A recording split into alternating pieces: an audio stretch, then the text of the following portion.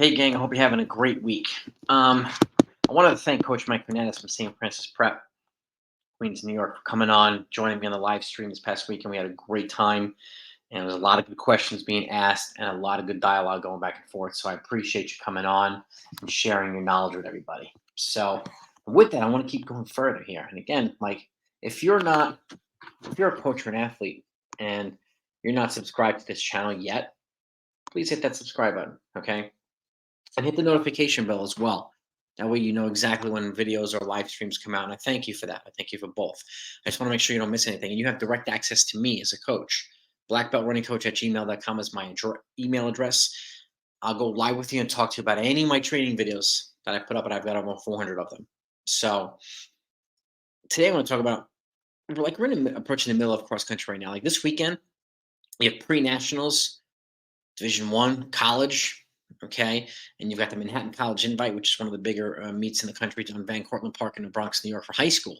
So there's some big racing going on, and right now, the weather's starting to cool off. It's going to get cooler. It's going to get wetter. So, and there's some things I want to just share as helpful tips and things that coaches necessarily might not always think about.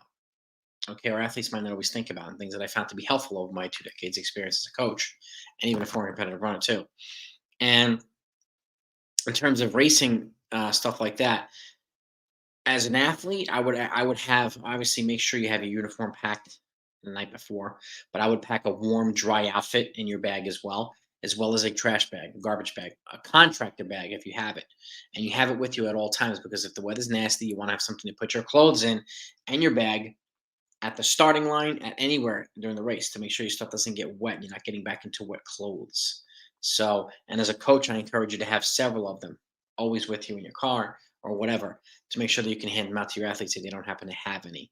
This is a valuable weapon that I found to be very, very helpful in a country, and we've used them in Van Cortlandt Park up in the Bronx, New York, to keep people dry, and even a meet that we won as a team. One of the things that helped them is they stayed dry and they were able to run well. So, as well as a couple other things too, training wise. Okay, races start to get faster. The people go out harder. People close harder now. So adjustments you can make or additions you can make to your training. Okay, I call it a bookend tempo. Bookend tempo means let's just say you run a 300-meter effort hard at say 3K pace, right? And then you take a 60-second rest and you go right into a tempo run. Let's just say 20 minutes of tempo run, whatever your tempo run is. Take another on the back end, another minute rest, and then you repeat it with another 300 on the back end. So you simulate going out fast, closing fast, and using the tempo in the middle of it to simulate the race itself. A long, sustained, hard, continuous run. Okay. You could also do it as a 300 effort with the same minute recovery. Then you can do threshold Ks, threshold 800s, whatever you do, threshold miles, and you finish on the back end with a minute rest on each end with another 300 effort hard on the back end. The threshold efforts are about 10 seconds per mile faster than your tempo run, but they all serve the same purpose. Okay. Also, a couple other workouts 50-50, I call it. Half threshold, half race pace. Right now, if we're doing too much too much hard race pace stuff early season, you might be going on doing that a little bit too long. You might not have your legs left by the end of the championship season. So this is a way of transitioning into the next cycle into the last phase of the season to make sure you have your best racing when it counts the most during championship season. So let's just say a couple of workouts, 2 sets of 4 times an 800 or 2 sets of 3 times an 800. The first set is at threshold pace with a 1 minute recovery. How do you determine your threshold pace? So I have a video called the 1 mile time trial. You can determine your current fitness for everything: easy runs, hard runs, tempos, thresholds, repeats, 3K pace, 5K pace, everything you need. So again, this first set's at threshold pace with a minute recovery. You take a 3 to 4 minute rest in between the set.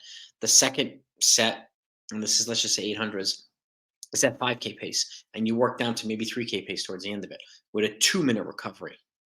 So let's just say if it's 2 sets of three, first three at threshold pace, the second set of three at race pace or faster. 2 sets of four, 4 and 4, and so on.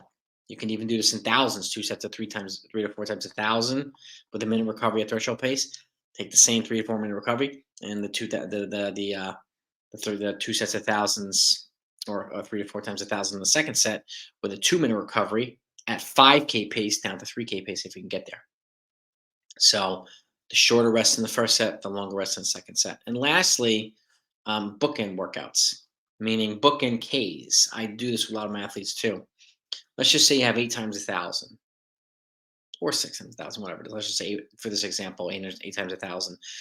Your first rep, your last rep are going to be at race pace. Okay, 5K race pace or whatever it is, and you take a 3-minute recovery after that, and then you do your middle reps. Let's just say 6 times 1,000. You do what a 1-minute recovery at threshold pace, and you take a 3-minute recovery after the last one, and you do another 1,000 on the back end at race pace again to simulate going out hard for a longer period of time and closing hard from further back, and as opposed to a hard 300 or a hard 400. This is a longer rep on either end, and this is growth. I progress. I like to progress towards bookend thousands, but 1,200s on each end. Okay, with still the same 1,000-meter reps in the beginning, in the middle of it, as at threshold pace with a 1-minute recovery. You take a 1,200, rest 3 minutes, do your 6 times 1,000, rest 3 minutes after the last one, but rest 1 minute in between each rep, all the middle reps, and then you do another 1,200, and then you can bookend it if you're fit enough, if your athletes are fit enough. Bookend it with a 1,600, 1,600 hard, rest 3, 1,000-meter reps at threshold, rest 1, rest 3 after the last one, 1,600-meter rep on the back end. So you have a couple different, and you may have some athletes that benefit more from the short, faster stuff in the beginning and the end, and some folks that respond better to the longer stuff from beginning and end. Some folks that need this, some folks that need that. At least you have options here on bookending. So again, you have your 50-50, half threshold, half tempo. This allows you to infuse, okay, threshold and race pace, and transition you into the more aggressive part of racing, which is mid-season, which helps transition you into the latter part of the season, which is championship season. Okay, that way you can run your hardest workouts when it counts the most later on. Or you have your bookend workouts. Okay, again, bookend Ks. I like to use Ks. Some people can use longer stuff, but I use Ks. And if you're training for 5K, 6K, then maybe 4 times a K in the beginning, or no more than 5 times a K. But for the college folks, 6 or 7 times a K, sometimes up to 8 in the middle, and then you bookend it on the back end, on either end. So bookend Ks, 50-50, short bookends, okay, short effort and a tempo run, okay, and some training, some racing tips in the beginning. Again, dry outfit, can't emphasize it enough. Contractor bag, put that in your bag, your travel bag, no matter what you do, and always have it there. Okay, it will be a lifesaver when you don't think it will be. Okay, and getting used to the different scenarios, the colder weather. Okay, making sure you have a good stretching routine and a warm up routine so that you can stay warm. Okay, especially as you get closer to the race and even after the race, and you know how to change out of your clothes after you cool down and you're not going to run anymore. You change into a warm, dry outfit and stay warm and put some fuel in your body. Particularly protein as well, help with your muscle recovery and help you recover a little bit faster from your race or your workout. So I wanted to share these things today. I hope you find them helpful. If you did, hit the thumbs up, and have a great week, everybody. Good luck this weekend, and I'll talk to y'all next time.